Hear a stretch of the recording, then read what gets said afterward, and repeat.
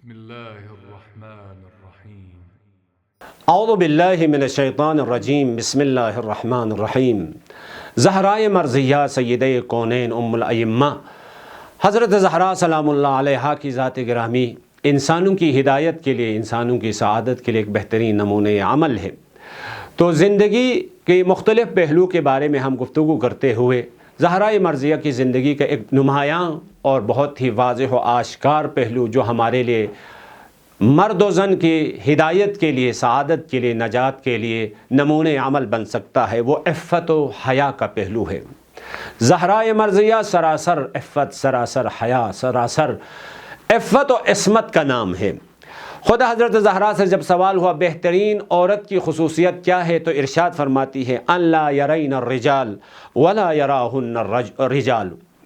یعنی ایک عفیف، پاک دامن، پاک سیرت، باحیا عورت کی خصوصیت یہ ہے تو اللہ یرین الرجال، اس کی نگاہ نامحرم عورت، نامحرم مردوں پہ نہ ہو.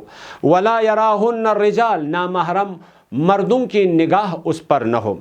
یہاں آپ کی خدمت میں عفت کی تھوڑی سی وضاحت کروں. عفت فقط نہ دیکھنے کا نام نہیں ہے، عفت فقط نگاہ نہ کرنے کا نام نہیں ہے. عفت عربی زبان میں حصول حالت للنفس تمتنع بها عن غلبت الشہوتی، انسان کے نفس میں، انسان کی روح میں، انسان کے وجود میں ایک ایسی حالت، ایک ایسی کیفیت وجود میں آ جاتی ہے. جب وہ کیفیت ہوتی ہے، جب وہ حالت ہوتی ہے، اس حالت کی وجہ سے، اس کیفیت کی وجہ سے اس انسان کے وجود پر شہوت غالب نہیں آتی ہے.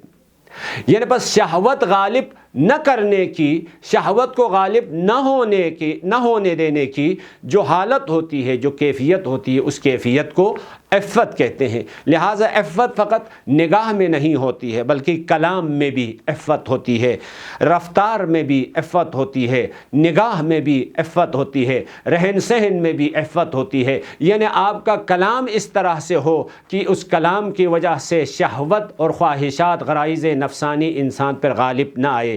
آپ کی نگاہ ایسی معرفت آمیز نگاہ ہو، الہی نگاہ ہو، اس نگاہ کی وجہ سے خود پر غرائز اور شہویات غالب نہ آنے دے. رفتار ایسی رفتار ہو کہ اس رفتار کی وجہ سے انسان پر شہوت آمیز اور غرائز اس پہ غالب نہ آئے. کیونکہ انسان کے وجود کے اندر دو چیزیں ہیں، ایک فطرت و عقل ہے اور دوسری چیز طبیعت اور غرائز ہے.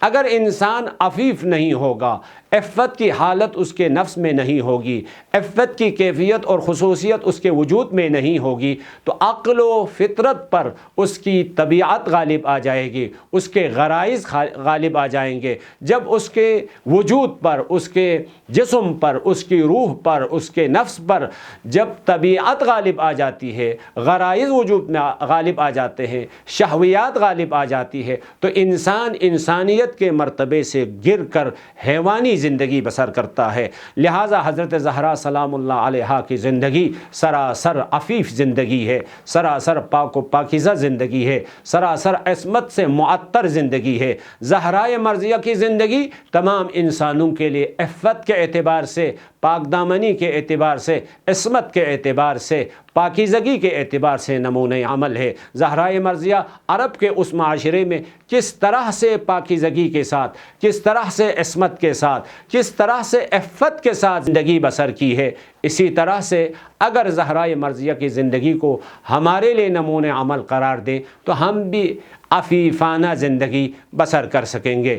خدا کی بارگاہ میں ہماری دعا ہے پروردگارہ زہرائے مرضیہ کی عفت کا واسطہ، ان کی حیا کا واسطہ ہمیں بھی باحیا زندگی بسر کرنے کی توفیق عطا فرما. والسلام علیکم ورحمۃ اللہ وبرکاتہ.